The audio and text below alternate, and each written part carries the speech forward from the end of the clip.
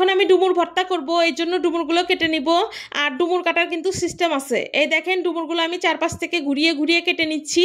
মাঝখানের যে বিচির অংশটা সেটা কিন্তু ফেলে দিতে হবে, এর জন্যই চারপাশ থেকে কেটে নিতে হবে। এই দেখেন ডুমুর কাটা কিন্তু একটু কষ্ট আছে। এই যে আমি এর আগে কখনোই ডুমুর রান্না করি নাই, আজকে ফার্স্ট টাইম ভর্তা করব, কেমন লাগবে জানি না। দেখেন আমার হাত কেমন কালো হয়ে গেছে। এখন এই যে লবণ হলুদ পানি দিয়ে হালকা সিদ্ধ করে নিব।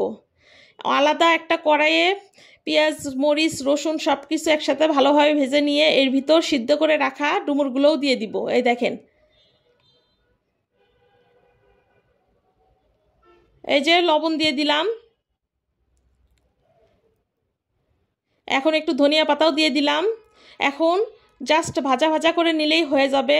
ভাজা ভাজা করে ঠান্ডা হলে ব্লেন্ড করে নিতে হবে।